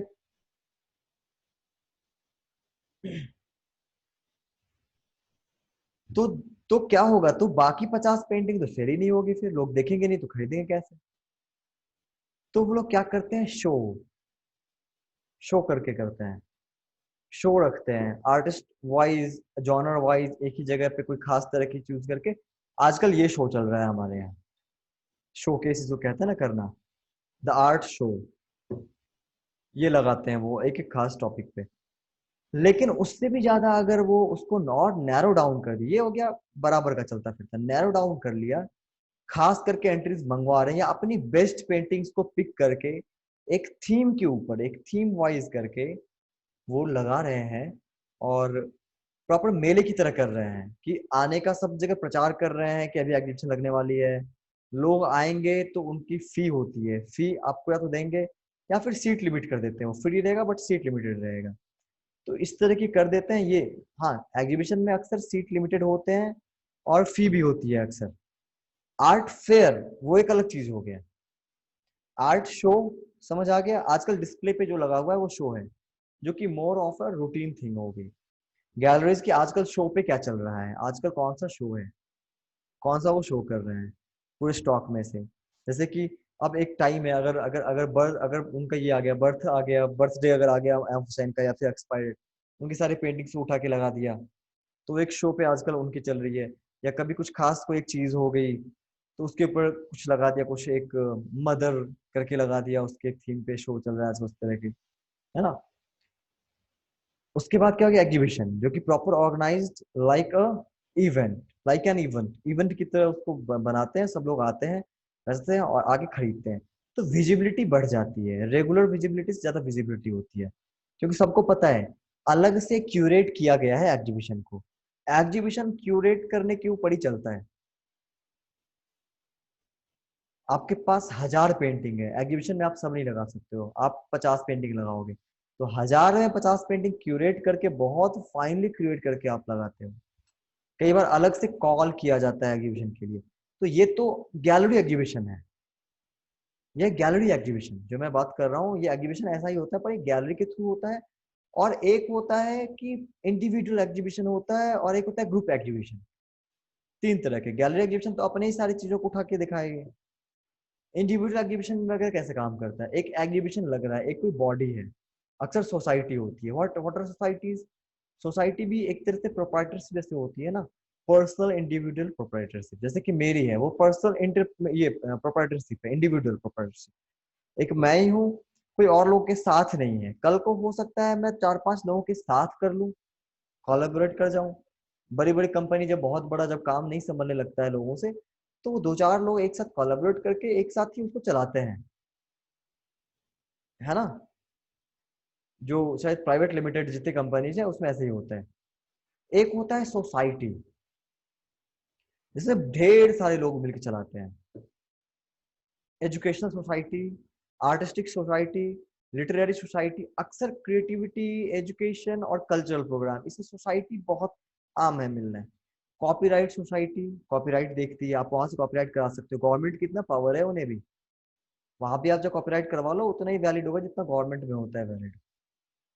इनफैक्ट कुछ ज्यादा ही होगा वो, क्योंकि गवर्नमेंट तो एक बार करके छोड़ दी। आप कोई क्लेम करेगा तब उसके ऊपर सुनवाई होगी, है ना। गवर्नमेंट ने आपको सर्टिफिकेट देके छोड़ दिया। ये लोग नजर रखते हैं, आपसे रेवेन्यू लेंगे पर आपका कहीं गलत जगह यूज नहीं हो रहा है, आपका कैसे, आपका सब पूरा केयर करेंगे ये हर चीज का। तो उस तरीके से कुछ सोसाइटीज होती हैं आर्ट की, या फिर एक प्रॉपर इंस्टीट्यूशन है। अब प्राइवेट लिमिटेड भी हो सकती है और पर्सनल भी हो सकती है, नॉर्मली नहीं होती है अब तक यहाँ पे। तो ये लोग क्या करते हैं, तो एक वेन्यू को बुक करते हैं, इनके पास अपने क्यूरेटर होते हैं, मतलब ये ऑर्गेनाइजर है, ऑर्गेनाइजर ऑफ द एग्जीबिशन। इनकी गैलरी नहीं है, इनकी ऑर्गेनाइज बस कर रहे हैं ये एग्जीबिशन। हालांकि इन्हें नॉलेज तो होती ही है, बट इनकी गैलरी नहीं है, ऐसे कर रहे हैं। और कॉल किया जाता है, call to the artist, call किया जाता है कि आप सब अपनी अपनी एंट्री जमा करो। वहां पे आपको बूथ बुक करना होता है, बूथ की साइज होती है 6 फीट बाई 9 फीट, इतना रेट। इंडिविजुअल है आप तो इतना रेट पड़ेगा, आप अगर ये है तो इतना पड़ेगा आपको, है ना। ऐसे करके अलग अलग से होता है। अगर आप एक ग्रुप है तो ग्रुप को ज्यादा पड़ेगा। फॉर एग्जाम्पल नॉर्मली क्या होता है कि 6,000, मान लिया किसी जगह बूथ बुकिंग का अगर 10,000 रुपए, इंडिविजुअल आप आ रहे हो 6 बाई 9 बुक कर रहे हो, 10,000 आप बुक कर रहे हो। 6 फीट बाई 9 फीट में जितनी पेंटिंग आप लगा सको आप लगा सकते हो। छोटी पेंटिंग ज्यादा लगेगी, बड़ी पेंटिंग कम लगेगी, जगह मिल गया। अब अगर आपके पास काम है नहीं और आपको 10,000 ज्यादा लग रहा है तो आप 2 लोगों के साथ चले जाओ। तो 2 लोगों में क्या होगा, वो 12,000 ले लेंगे आपसे, थोड़ा बढ़ा देंगे, लेकिन आपको भी 6,000 देना पड़ेगा। तो ऐसे करके ये लोग फिर ये भी करते हैं कि आपको ऐसे अलग अलग चीज प्रोवाइड करेंगे। लेकिन आपको पहले क्यूरेट करेंगे, वो पहले क्यूरेटिंग होगी आपकी, आपकी पेंटिंग सेलेक्ट हुई तभी आपको लगाने मिलेगा, तब आप बूथ बुक कर सकते हैं। आप अपना अपना बूथ बुक कर लीजिए। खत्म हो गया अगर सीट तो फिर खत्म हो गया। फिर वहां पे भी ऐसे ही वो लोग इवेंट को ऑर्गेनाइज करके प्रमोट करेंगे, लोग आएंगे देखेंगे और परचेज करेंगे और जाएंगे। या हो सकता है आप पर्सनली इससे कांटेक्ट में आ जाए, कभी जरूरत पड़े तो बाद में जाके वो मतलब एक कांटेक्ट ही बन जाता है उस टाइम परचेज नहीं हुई तो। अब क्या होता है, कुछ और गैलरीज दोनों ये करवाती हैं। हेलो, हम्म। ये ललित कला एकेडमी वो लोग तो ऐसा ही काम करती है ना? हाँ, तो वही वही वही है। तो इसमें कोई कोई ग्रुप हो गया ऑर्गेनाइजर, कोई एक यूनिवर्सिटी भी करवाती है, डीयू अपना एग्जीबिशन लगवाती है, अपने स्टूडेंट्स के एग्जीबिशन लगवाती है, ठीक इसी तरीके से। तो उनका फ्री होता है, स्टूडेंट एग्जीबिशन फ्री है, या नॉमिनल चार्ज होता है, थोड़ा बहुत होता है, या फिर वो सेल पे कुछ लेती है, मतलब एक स्टूडेंट की तरह हो गया। तो वहां पे एक ऐसा ये सब भी होता है। फिर क्या होता है, अभी रिटार्ट के थ्रू भी हम लोग बहुत एग्जीबिशन लगाने वाले हैं, देखना ना, अभी बहुत सारे एग्जीबिशन भी हम आगे लगाएंगे। पहले थोड़ा सा मार्केट बना लें अपना, थोड़ी रेपुटेशन बना लें, जिससे कि हम घाटे में ना चला जाए, माइनस में चला जाए। एक कदम आगे बढ़ना है, नहीं तो वहीं रहना है, पीछे नहीं आना हमें। और रेपुटेशन की बात भी होती है। तो जो काम करना है सीरियसली करना है। बहुत सारे लोग तो मजाक मजाक में भी एग्जीबिशन आजकल शो हो गया है, नेता लोग एग्जीबिशन करवा रहे हैं, क्या नौटंकी है ये। नेता जी कुछ ज्ञान ही नहीं है, दूर दूर तक ना आर्टिस्टिकली फील करते हैं वो, ना ही वो लोग जितने पॉलिटिशियन है, ना ही वो ये करते हैं, ना उनको कुछ आर्ट के टेक्निकलिटीज का नॉलेज है। वो अपना प्रमोट करने के लिए करवा देते हैं कि आर्ट वर्ट के नाम पे बहुत से लोग आ जाएंगे और नेता की प्रमोशन हो जाएगी। तो ये नौटंकियां बहुत चल रही है आजकल। कहीं पे किसी को मर्जी हुआ वो करवा लिया, पता चला कि वो आर्टिस्ट से रुपया उल्टा ले लिया और उनका बिकी एक भी नहीं बिकी, कोई फायदा ही नहीं है। तो काम करेंगे तो हम प्रोफेशनल करेंगे, जहाँ पे हम कुछ सेल भी कर पाए, एटलीस्ट हम लोग घाटे में नहीं रहे, फायदे में नहीं रहे तो घाटे में नहीं रहे, कम से प्रमोशन। तो ये क्या कुछ गैलरीज क्या करती है, वो दोनों काम करवाती है। अपना तो रहेगा ही, और इतना रहेगा उनका लिमिट रहेगा, इतना बाहर से भी लेंगे। क्यों करती है, क्योंकि मजा बना रहे हैं। क्योंकि जो लोग permanent visitors of the gallery है वो लोग सब पेंटिंग देख ही रखे हैं, वो कहें क्या है बजाऊं। तो स्पेशल एंट्री करके भी कुछ होती है कि हमारी खुद की इतनी है और कुछ खास एंट्री हमारी ये है। आजकल ज्यादातर एग्जिब ये जो है ना, ये गैलरीज इस पे काम कर रही है, ये बहुत पॉपुलर है ये चीज। खुद की भी कुछ अपने सेल कर लिया और कुछ अपना अलग से फिर कॉल करके एग्जीबिशन के लिए बुला के कुछ उन्हें भी लगा दिया। तो दोनों काम हो गया, उनका उनकी गैलरी का भी हो गया थोड़ा सा ये, और थोड़ा सा नई चीजें भी मिल गई लोगों को, और पैसा तो ऑब्वियसली दोनों पे ही वो कमाने वाले हैं। तो ये हो गया। फिर कुछ क्या होता है, कुछ लोगों की, फिर एक आर्ट फेयर होता है। आर्ट फेयर क्या होता है, आर्ट फेयर भी कुछ ऐसा ही होता है, लेकिन वो ओपन होता है। कई बार आर्ट फेयर ओपन होता है और वहाँ की रेट थोड़ी डाउन होती है, क्योंकि वो कॉर्पोरेट में ना होके वो हर तरह के लोगों को टारगेट करता है। क्यों, क्योंकि उनकी ना तो लिमिटेड सीट होती है, इतने ही लोग आएंगे, ना उनके अक्सर टिकट की फी भी नहीं होती है। अक्सर अक्सर कुछ कुछ तो नाम आर्ट फेयर है लेकिन काम यही कर रहे हैं। बट जो प्रॉपर है ना आर्ट फेयर, उसमें ऐसा नहीं होगा। आप आराम से खुले खुल जाओ, जिस तरह से आप ये देखो ना, कभी कोई यहाँ गया है क्या, Suraj Kund craft fair?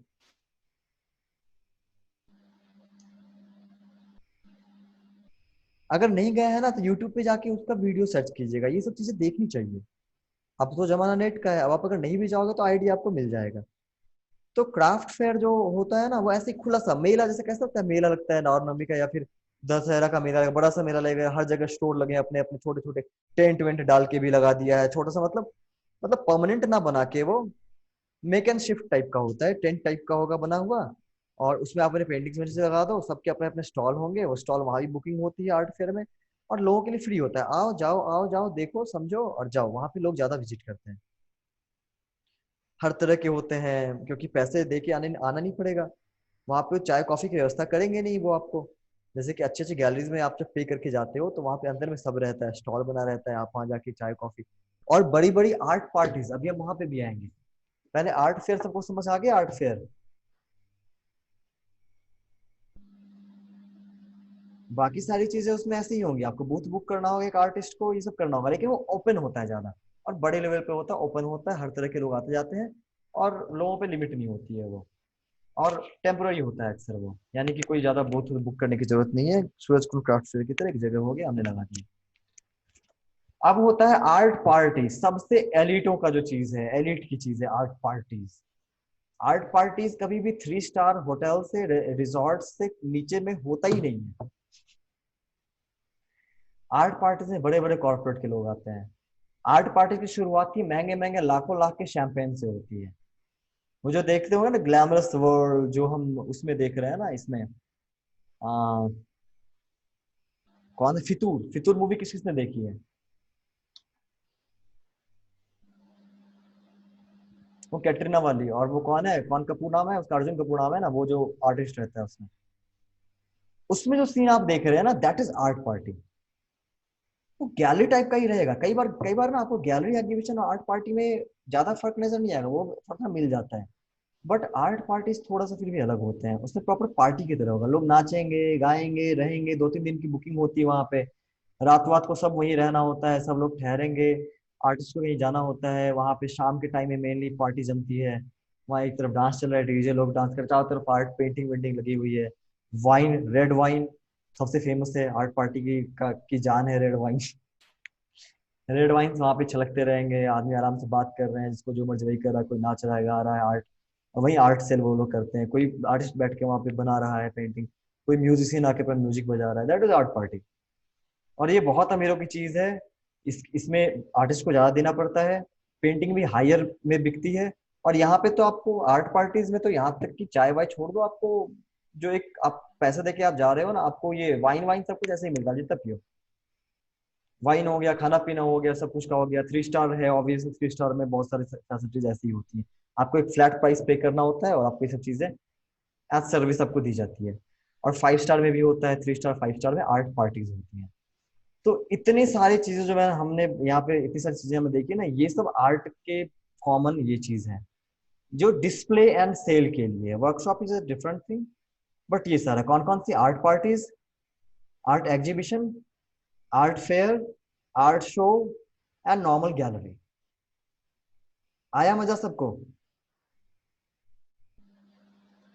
Art exhibition में अगर पेंटिंग लगाना हो तो उसके लिए जो पेंटर है उसका कोई डिग्री होना जरूरी है? नहीं नहीं नहीं, बिल्कुल नहीं, यही यही चीज तो है, यही तो फायदे की बात है, वो तो डिग्री तो पूछेंगे भी नहीं आपसे।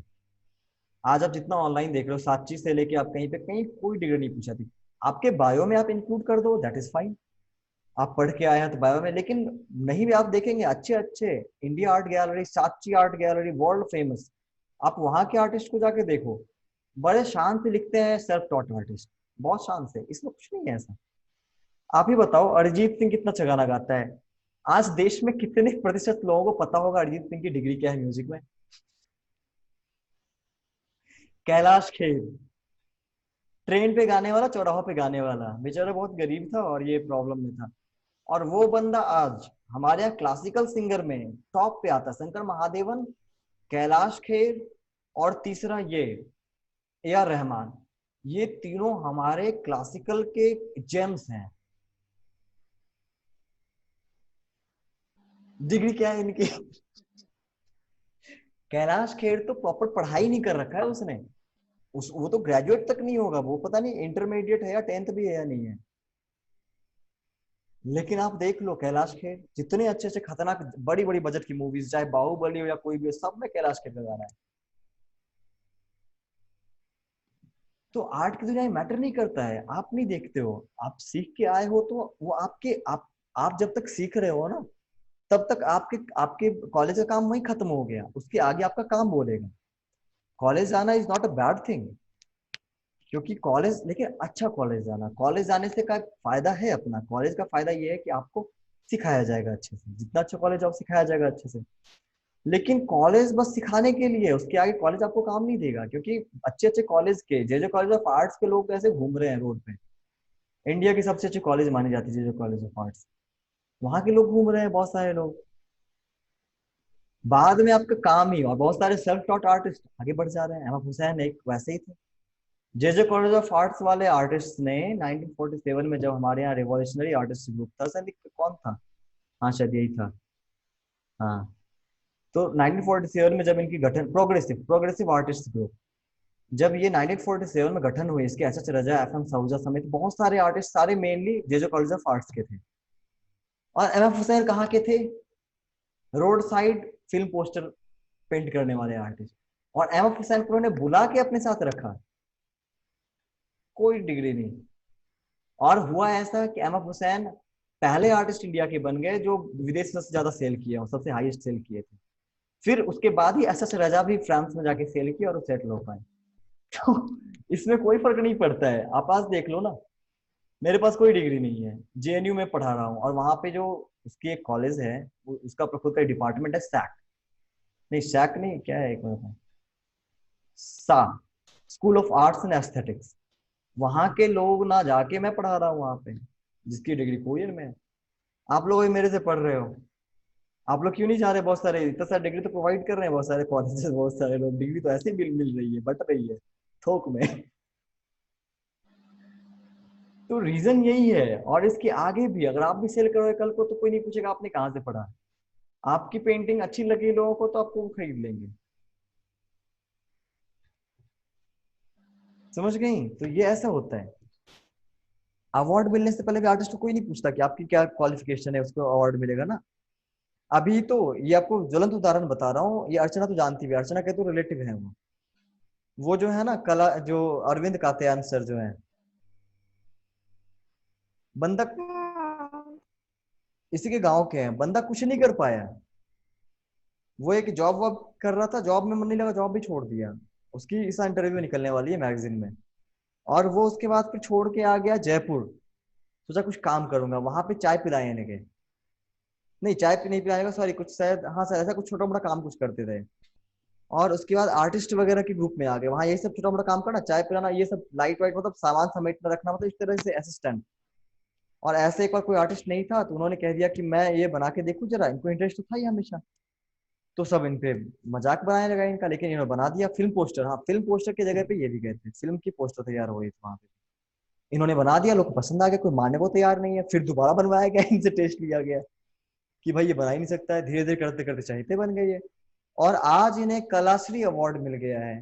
Qualification nothing, Kalashree award win कर गए। अभी जो राम मंदिर में जो बनने वाले सारे पेंटिंग्स जो बन रहे पिलार पे, वही बना रहे हैं वो, सारे का उन्हीं को मिला है।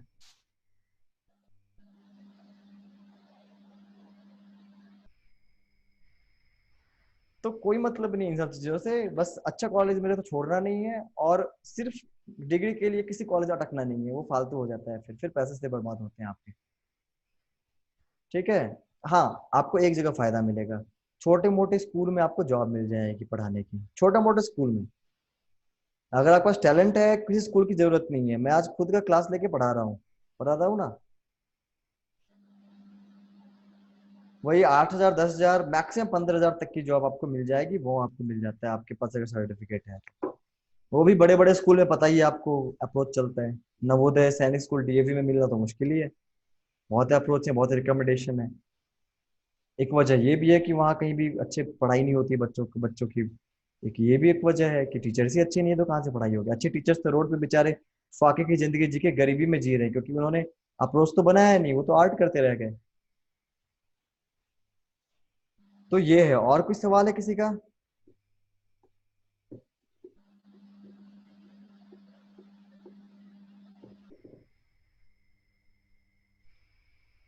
टेक्निकल दुनिया में ना, पता है, टेक्निकल दुनिया में कुछ कंपनीज सर्टिफिकेट ढूंढती हैं आपने कहाँ से कोर्स किया, लेकिन पहले ढूंढती थी, अब वो भी खत्म हो रहा है। अब फोटोशॉप ये सब कुछ नहीं ढूंढ रही, अब बस ढूंढ रहे हैं कि आपको ये करना आता है नहीं आता करना। वो आपसे एक इंटरव्यू लेंगे, आपको थोड़ा चेक करेंगे, आपसे कहेंगे आप प्रोजेक्ट जमा करो जो आपने किया फोटोशॉप पे या किस पे किया है, या आप बताओ कुछ ही, बस ये कहेंगे। अब तो उसमें भी खत्म हो गया, अब तो उससे भी सर्टिफिकेट नहीं मांग रहे, बस आपको प्रोफिशिएंसी मांगेंगे, आपको लिख देंगे वहां पे डिजाइनिंग वगैरह में, नाम लिख देंगे सॉफ्टवेयर का, आपको इस पे काम करना आता है या नहीं आता है, फोटोशॉप पे काम करना, फोटोशॉप इन डिजाइन, ऐसे कर देंगे।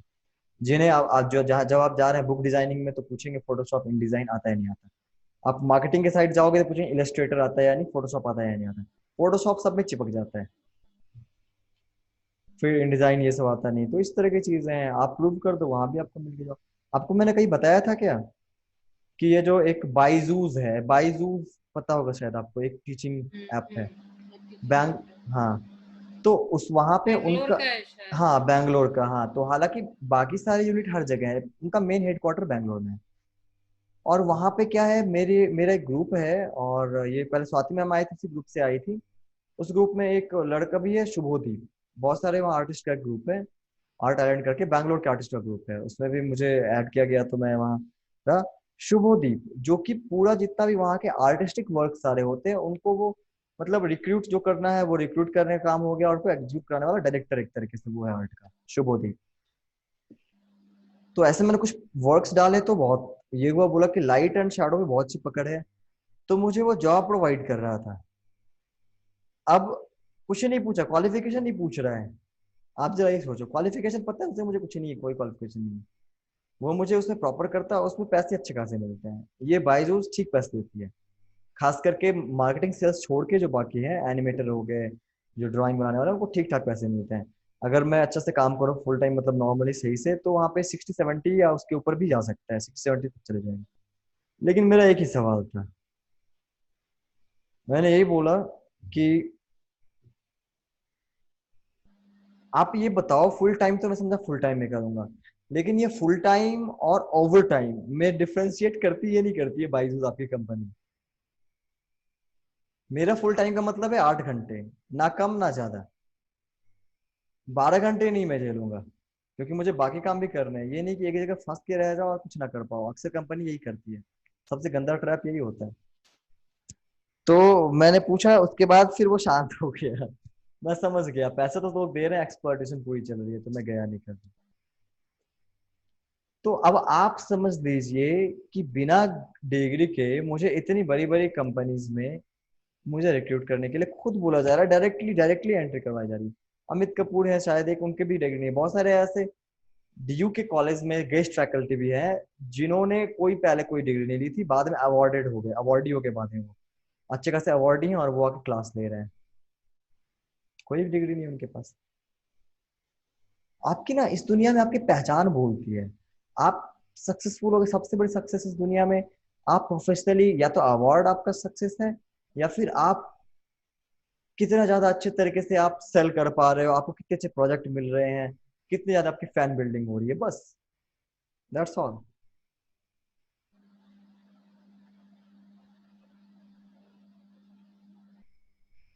और फैंडम है इसीलिए आर्ट थोड़ा ठीक भी है, वरना यहाँ पे बहुत ज्यादा गंदी चीज हो जाती। फैंडम होने के बावजूद इंडस्ट्री क्या क्या कर रही है आपको पता ही है, आप देख ही रहे हो फिल्म इंडस्ट्री वगैरह क्या कर रही है। अगर फैन डिसाइड ना करने लगते, अगर ये भी किसी ऑफिस से डिसाइड होने लगता, अभी कर रहे हैं ना टैलेंट, क्या कहते हैं वो टैलेंट जो पिक करते हैं सिलेक्टर ऑफिस, वो तो कर ही रही है नौटंकी। चाहे मूवी की सेंसर बोर्ड को उठा लिया जाए, उसकी नौटंकी की भी कम नहीं है, बेचारे अनुराग कश्यप को कितना परेशान कर रखा था। हालांकि सुप्रीम कोर्ट ने हेल्प कर दिया, सुप्रीम कोर्ट ने अच्छे से डांट लगाई और जगह पे ले आए। अब सेंसर बोर्ड मना नहीं कर सकती है, अब they can not reject any film, और ना ही वो कह सकती है आप काट के आओ। उनका काम सर्टिफिकेट देने का था, वो सर्टिफिकेट काम रह गया। पहले एक बीच तो मतलब कहते हैं ना वो पैट्रॉन प्रोवाइड करना, किंग हो जाना, एक किंग बन जाना, हम जो बोलेंगे वही होगा, मेरा वचन ही है शासन, वैसे कर दी मूवी नहीं चलेगी, दूर कर लो, इसमें ये काटो, काटना पड़ेगा। अब है आपको खराब लग रहा है सीन, आप ए दे दो, एडल्ट कैटेगरी दे दो, आप कुछ कह नहीं सकते, कटवा नहीं सकते आप। खासकर उड़ता पंजाब, ये उड़ता पंजाब केस के बारे में पता है ना सबको। उड़ता पंजाब में जो अनुराग कश्यप ने केस कर दिया, पूरे के सेंसर बोर्ड पे ही केस कर दिया था।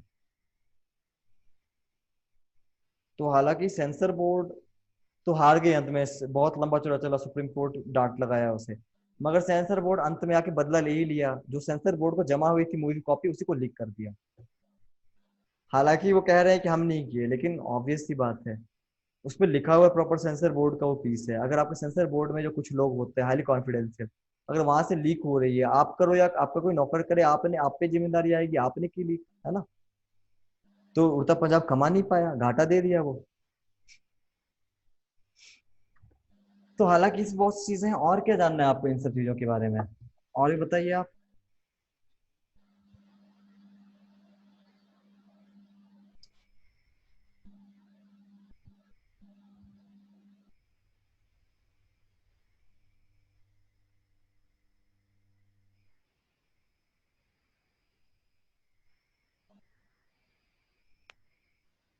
और किसी कोई सवाल है क्या? ये कुछ चीजें जाननी बहुत जरूरी होती है, खास करके तब जब आप आर्ट में कुछ करना चाहते हैं। अच्छा, मैं आपको वो एग्जाम वगैरह देने में आप इंटरेस्टेड है क्या? तो फिर देखता हूँ मैं, फिर मैं सर्च करूंगा, है ना। मैं दूंगी। अच्छा, अब वो चैलेंजेस बहुत पसंद है, तभी मैं पहले क्या था कि आप बहुत ज्यादा बोल्ड टाइप की है ना। मतलब कम से कम पता तो चले मैं कितने पानी में हूँ। और इतनी अच्छी जॉब के बावजूद आप ये क्या क्या रोग पाल रही हैं, आपसे सबको पता है मैम क्या है? मुझे एक दिन गलती से पता चला, मैम कह रही थी कि मैं तो ये जॉब में हूँ, उतना मैं प्रमोशन नहीं ले रही, है ना। है ना मैम? शांत है मैम, मैम की तो चोरी पकड़ी मेरा गई है। मेरा क्या क्या आपको पता भी है मैम मैम कितने हाई लेवल के जॉब करते हैं, आपको पता भी है? हाँ मैम का एक बार बता रही थी ना, कोरोना के टाइम में कि वो बैंक में करती नहीं, ये तो है। बता रही थी मैं पोस्ट ऑफिस में हूँ, हाँ मैं ये नहीं ले रही हूँ, प्रमोशन नहीं। आपको पता होगा पहले ना, एक दिन क्या होता है, जब मैंने मांगा ना कि आपके कुछ वर्क्स लगाने वेबसाइट पे, तो मैम ने हाँ गलती से अपने वर्किंग मेल से मुझे मेल कर दिया, है ना मैम। शायद। और फिर आपने अपने ओरिजिनल मेल से किया। मैम छोटे मोटे पोस्ट पे नहीं है, ma'am is senior superintendent of. नहीं, मैं नहीं हूँ, वो हमारा ऑफिस का है। अच्छा ऑफिशियल मेल से मैंने किया। अच्छा अच्छा, वो हाँ। आपका पर्सनल ऑफिशियल नहीं था क्या? नहीं ओके नहीं ओके। नहीं, इसलिए फिर मैंने उसको ये करके फिर मेरे में से किया। वो तो अच्छा बहुत बड़ा अच्छा, पोस्ट है। वही तो मुझे लगा था, मैं सामने रह गया था कि मैम कितना छुपा रही थी हम लोगों से। नहीं नहीं, सीनियर बड़ा बड़ा पोस्ट। वो तो सुपरिटेंडेंट तो क्लास 1 ऑफिसर हो गया। वही ना, वो तो प्रॉपर हो गया, जोनल जो हेड होता है वो हाँ प्रॉपर हाँ। जोनल हेड हो गया। मुझे लगा कि भाई साहब। वो वैसे हमारा मैम, ऑफिशियल मेल था तो गलती से उसमें से फॉरवर्ड हो गया मेरा। अच्छा अच्छा, हम्म। कोई अभी नहीं, तक मैं एग्जाम उसी देना। ऑफिस में थी। हम्म। अभी मेरा ट्रांसफर हो गया, अब मैं सिटी डिवीजन में आ गई हूँ। इतने दिन में नागपुर में अरे सर पता है, एक टाइम होता था जब पापा मेरे गवर्नमेंट जॉब में थे, तो हम लोग जब पढ़ रहे थे ना, तो पापा हम लोग को बोलते थे कि पढ़ लो तो गवर्नमेंट जॉब लग जाए। तो हम लोग को समझ लगता था क्या है, इतना कम सैलरी है, पूरा time हम लोग प्राइवेट ही जॉब करेंगे। बट अब आज इस एज पे आके ना लगता है कि भाई सरकारी जॉब है, जैसा भी है ना वही बेस्ट है। है ना। अब जैसे जैसे उम्र बढ़ रही है ना, टेंशन होती है भाई। अभी अब जब मेरे फादर इन लोगों, इनफैक्ट मेरे फादर नहीं है, पर मेरी मदर को फैमिली पेंशन मिलती है, क्योंकि पापा मेरे काफी हाई पोजीशन से रिटायर होकर गए एनर्जी, तो मम्मी को पेंशन भी काफी अच्छी हैंडसम मिलती है। तो अब वही लगता है ना कि मतलब पेंशन नहीं, भी तो लेकिन लेकिन लेकिन अब ये हो गया ना, अब पेंशन भी तो खत्म हो गया। अभी अब खत्म पेंशन हुआ नहीं। 2006 के बाद, लेकिन अगर हम अच्छा, लोग टाइम पे चार पढ़ के लिए बाद। होते ना हाँ अगर आप पहले तो कर ली अलग। होती। अगर मतलब पढ़ के रही होते, पढ़ तो चुके ही थे, मतलब कर 2002 लिया में होता, मैंने नौकरी कर पढ़ ली स्टार्ट होती। करा। बट शुक्र है, इंटेंशन नहीं रखा ना गवर्नमेंट जॉब का उस समय पे। शुक्र लगता है था मेरी मम्मी नहीं सुन रही है आपकी बात, वरना पता है ये क्लास कल को बंद हो जाती मेरी। मेरी मम्मी इसलिए तो बोलती रहती है ना, बेटा कितना सिक्योर होके कर लोगे, मुझे कहती रहती है पता नहीं तुम्हें, पता नहीं, डैडी से पहले बोलती थी, इस बार मेरे से भी कह दी, पता नहीं कैसी क्या लड़कियां की शादी होगी, तुम इस तरह से पागल रहते हो, काम के पीछे इधर करते रहते हो, वो भी बहुत परेशान होगी, लड़ाई हमेशा होते रहेगा, बहुत ज्यादा कलह रहेगा, घर माहौल रहेगा घर में। मतलब परेशान है मम्मी कहाँ कहाँ सोच के।